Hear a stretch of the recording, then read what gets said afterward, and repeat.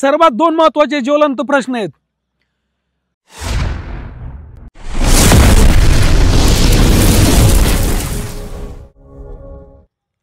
आपण जर पाहिलं देशाला स्वातंत्र्य मिळालं, परंतु पारनेरचा पाटपाणी हा ज्वलंत प्रश्न आजही आपला प्रलंबितच आहे। म्हणजे फक्त पाटपाणी कागदावरती किती दिवस राहणार, प्रत्यक्षात पाटपाणी या पारनेर तालुक्याला या दुष्काळी भागाला पाटपाणी कधी येणार हा माझा सवाल आहे। कारण आपण जर पाहिलं हा पारनेर तालुका डोंगरदऱ्यांनी व्यापलेला आहे आणि खऱ्या अर्थानं इथला शेतकरी बेरोजगारी इतकी वाढत चालली, दिवसेंदिवस वाढत चालली, परप्रांतीयांची संख्या इतकी झपाट्याने वाढली आणि मग आपल्या तरुणाईला खरं तर रोजगार नाही। दुग्ध व्यवसाय जर करायचा तर शाश्वत पाणी पाहिजे। आज गायांची किमती लाख, 1.5 लाख, 2 लाख, 2.5 लाखांपर्यंत गेल्यात, परंतु दुधाचे जे बाजारभाव आहेत ना ते टिकून नाहीत। मग दुधाला एक शाश्वत बाजारभाव शासनाने दिला पाहिजे ना। आपण जर पाहिलं बाकीचं ऊस उत्पादक शेतकरी हा पारनेर तालुक्यामध्ये फार थोडा आहे। कारण आपण जर पाहिलं आपला नगर जिल्हा जो आहे पर्जन्य छायेच्या प्रदेशात मोडतो। म्हणजे आपण जर पाहिलं हा जो प्रदेश याला ठराविक पाऊस होतो या भागाला, आणि पारनेर तालुका हा तसा दुष्काळी तालुका। अत्यंत गरज, आपण जर म्हणतो ना पाट पाण्याची नितांत गरज, अत्यंत गरज या तालुक्याला आहे। परंतु खरंच विजय सदाशिव आवटी जर आमदार झाले पारनेरला पाटपाणी येईल का ते तुम्ही कमेंटमध्ये कळवा। दुसरा माझा महत्वाचा मुद्दा आहे तो म्हणजे MIDC। ऍक्च्युली तो माझा मुद्दा नाही, या पारनेर तालुक्यात असणारे हजारो सुशिक्षित बेरोजगार त्यांचा एक भाऊ म्हणून मी तुमच्या समोर ती भावना व्यक्त करतोय, त्यांचा प्रश्न मी तुमच्या समोर मांडतोय। आपण जर पाहिलं सुपाई MIDC निर्माण झाली, आपल्या जमिनी गेल्या। आज मला एक तुम्हाला सांगायचंय की पारनेरमध्ये सुपाई MIDC या ठिकाणी MIDC स्थापित झाली। आज आपले भूमिपुत्रांना त्या ठिकाणी 10-12 हजार रुपयावरती जर जॉब करावा लागत असेल तरी खरं तर शोकांतिक आहे।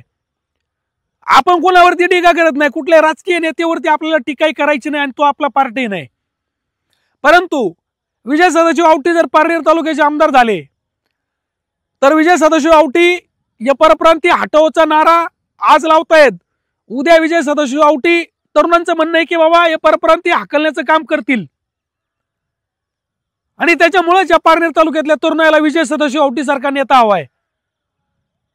तुम्हाला काय वाटतं, विजय सदाशिव आवटी पारनेर तालुक्यात असणाऱ्या या परप्रांतीयांची हकालपट्टी करतील का ते तुम्ही कमेंटमध्ये कळवा।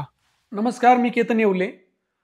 संवाद महाराष्ट्राच्या अभूतपूर्व यशानंतर आता आपले नगरकरांचे प्रलंबित प्रश्न, नगरकरांच्या असणाऱ्या समस्या सोडवण्यासाठी एक नवीन चॅनल खरं तर मी तुमच्या भेटीला घेऊन येतोय। त्या चॅनलचं नाव आहे आपले नगर। या आपले नगर या YouTube चॅनलला तुम्ही लाईक करा, सबस्क्राईब करा।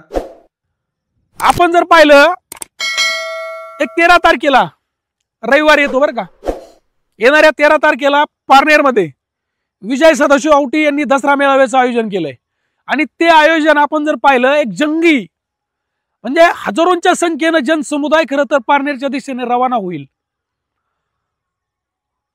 असं सध्या माध्यमांमध्ये चर्चा आहे, अशी सध्या पब्लिकमध्ये चर्चा आहे।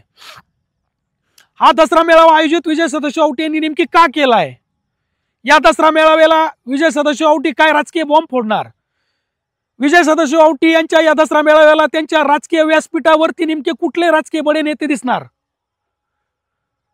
त्यांच्या पुढल्या राजकीय वाटचालीची भूमिका ते दसरा मेळाव्याला स्पष्ट करणार का, विजय सदाशिव आवटी यांच्या डोक्यामध्ये नेमकी काय चालू आहे, या कुठल्याच गोष्टींचा अजून आपण उलगडा करू शकत नाही कारण आपल्याला शाश्वत माहिती नाही। परंतु या सर्व गोष्टी गुलदस्त्यात आहेत आणि कुठला तरी राजकीय बॉम्ब मला वाटतं दसरा मेळाव्याला निश्चितपणे फुटणार अशी चर्चा सध्या माध्यमांमध्ये आणि तरुणांमध्ये पसरलेली आहे।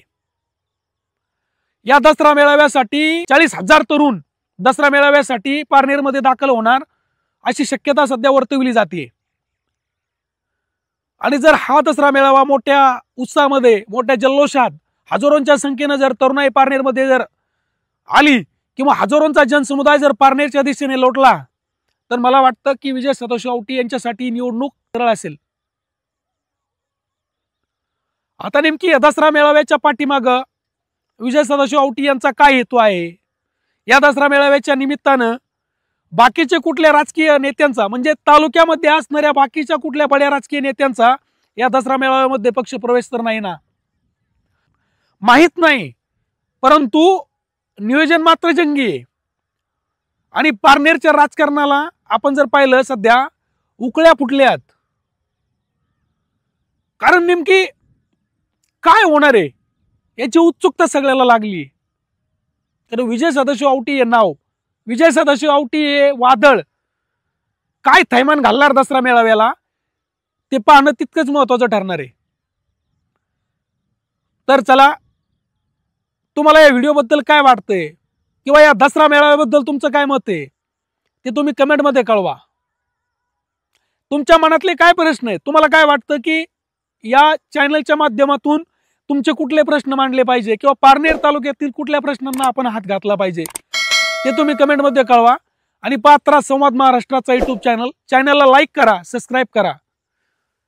जय महाराष्ट्र.